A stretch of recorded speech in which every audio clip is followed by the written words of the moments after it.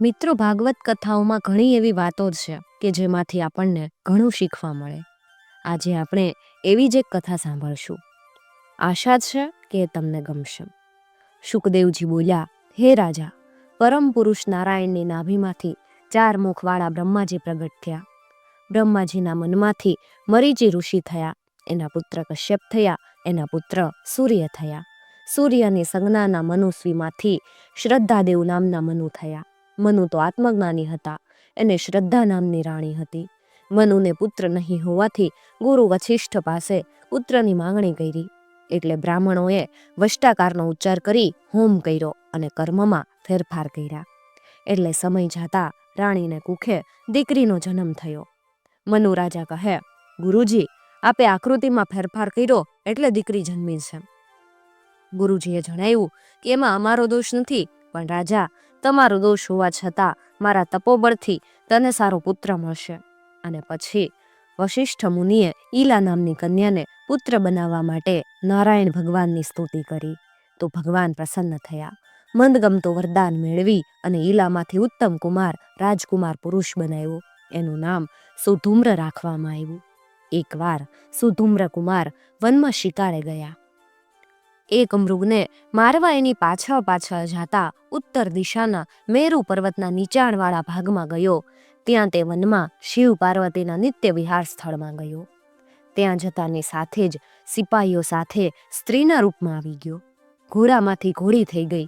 આવું બધું જોઈ અને કુમાર બહુ દુઃખી થયો. પરીક્ષિત કે, ગુરુજી, કુમાર પુરુષમાંથી સ્ત્રી કેમ થઈ ગયો?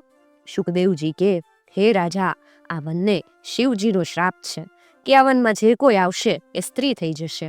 કારણ કે એકવાર સપ્ત ઋષિઓ શિવજીના દર્શન કરવા કૈલાસ આવે છે. ત્યાં તે વનમાં શિવજી પોઠિયાની સવારીએ પાર્વતીને ખોળામાં લઈને વિહાર કરતા હતા. પાર્વતીજી શરમાઈ ગયા.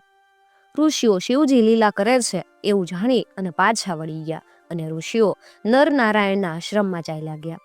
પાર્વતીજીને રાજી કરવા અને મનાવવા માટે શિવજીએ વનને શ્રાપ આપ્યો કે કોઈ પુરુષ આ વનમાં આવશે એ આવતાની સાથે જ સ્ત્રી થઈ જશે. ત્યારથી પુરુષોએ આ વનનો ત્યાગ કરેલો. હવે સુપુત્ર રાજકુમારથી સ્ત્રી થઈ ગયો. એ પોતાની સખીઓની સાથે ઈલા વનમાં ભટકવા લાગી. ભટકતી ઈલા સખીઓની સાથે ચંદ્રપુત્ર બુધના આશ્રમમાં આવી. ત્યાં બુધ મહારાજ તપ કરતા હતા. ઈલા બુધ ઉપર મોહિત થઈ ગઈ. ઈલાએ બુધ સાથે ગાંધર્વ વિવાહ કર્યા. તો બુધથી ઈલાને પુરુરવા નામનો પુત્ર થયો. પછી ઈલા પુત્રને લઈ અયોધ્યામાં રાજમાં આવી. ઈલાએ શાપની વાત વશિષ્ઠ મુનિને કરી અને આ સ્ત્રીપણામાંથી છૂટવા માટે વિનંતી કરી. ગુરુજીને દયા આવતા ઈલાને પુરુષ બનાવવા માટે વશિષ્ઠ ઋષિએ શિવજીનું તપ કર્યું. શિવજી પ્રસન્ન થયા. માંગો ઋષિ, તમારી ભક્તિથી હું પ્રસન્ન છું. ઋષિ કહે, આ ઈલાને સ્ત્રીમાંથી પુરુષ બનાવી આપો. શિવજી કે, આ મારો શાપ છે, તે મિથ્યા નહીં થાય, પણ શાપનું નિવારણ બતાવું છું કે આ સુધૂમ્ર રાજકુમાર 1 મહિનો પુરુષ અને 1 મહિનો સ્ત્રીના રૂપમાં રહેશે. આવી રીતે ગુરુ કૃપાથી સુધૂમ્ર રાજકુમારને પુરુષપણું મળ્યું, પણ પ્રજાએ તેને રાજા તરીકે સ્વીકાર કર્યો નહીં.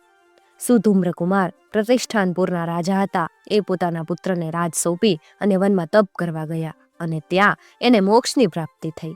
શુકદેવજી કહે, હે રાજા, મનુપુત્ર સુધૂમ્ર વનમાં ગયા પછી મનુ રાજાએ પુત્રના માટે યમુનાના કિનારે 100 વર્ષ તપ કર્યું. ભગવાનનું ભજન કર્યું.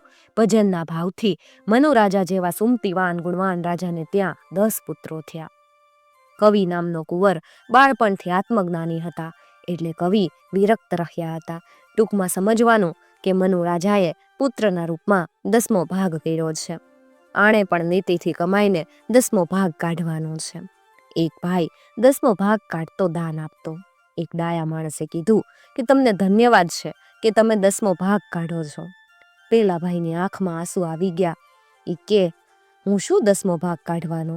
ભગવાન મને 9 ભાગ આપે છે અને 1 ભાગ પોતે રાખે છે. આ માણસની નમ્રતા છે. કવિ ભક્ત હતા. બાકીના 9 પુત્રોમાંથી જાણવાનું કે ભગવાન જે સ્થિતિમાં રાખે એમ રહેવાનું છે.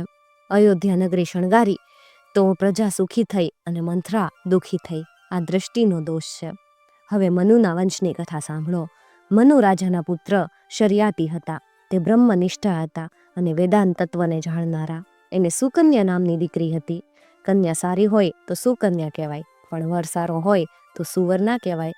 બધે સુવર ના લગાડાય કે અમારી દીકરી ભાગશાળી છે કે તેને સુવર મળ્યો, આવું ના બોલાય. શરિયાતી રાજા પરિવારની સાથે વનયાત્રા કરવા ગયા. ચ્યવન ઋષિના આશ્રમમાં રાત રહે છે. તંબુ તણાઈ છે.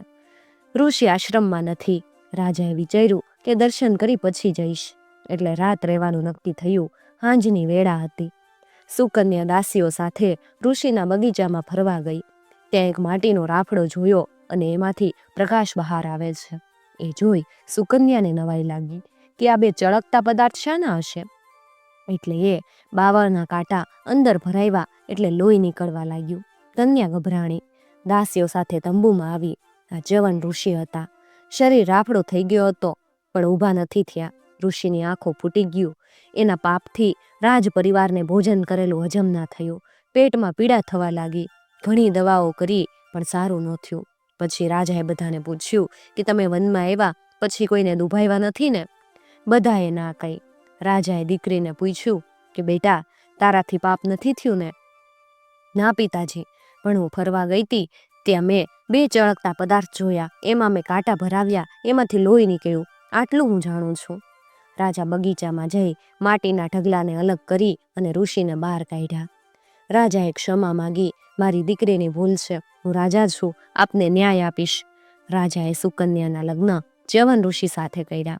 કરિયાવર આપી અને રાજા ઘેર આવ્યા. સુકન્યા આંધળા ઋષિની સેવા કરવા લાગી. ટોપલામાં બેસાડી યાત્રા કરાવી.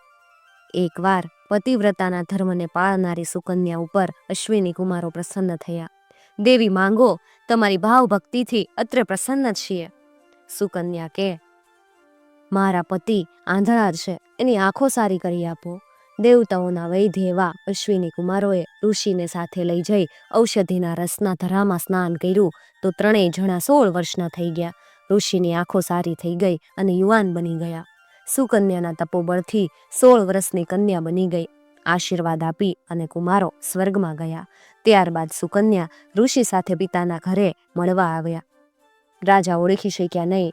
ઋષિએ ઓળખાણ આપી કે તમારી દીકરીના તપથી મારી આંખો સારી થઈ ગઈ, ગઢપણ દૂર થયું. રાજાને આનંદ થયો. દીકરીને ભેટી પડ્યા. સંસ્કારી પિતાના સંતાનો સંસ્કારી હોય. આપણે જો રામ સીતાના સમાજમાં જરૂર હોય ને તો કોકને માતાને અંજની થવું પડે. જો ભરત જેવા પુત્રની જરૂર હોય તો કોક માતાને કૈકેયી થવું પડે. સારી જમીનમાં જેમ સારા છોડ થાય એમ પવિત્ર અને સંસ્કારી જનેતાને ત્યાં ભક્ત દાતાર શૂરવીર થાય. બજારમાં સસરા સામે શિંગ ડાળિયા ખાતી હોય એને ત્યાં શિવાજી કે મહારાણાની આશા ન રાખી શકાય. મિત્રો, આવી જ બીજી વાતો સાંભળવા માટે અમારી ચેનલને જરૂરથી સબસ્ક્રાઈબ કરી અને સાથે આપેલ બેલ આઇકોનને દબાવજો, જેથી આવનાર નવા વિડીયોઝની નોટિફિકેશન સૌથી પહેલાં તમને મળી શકે.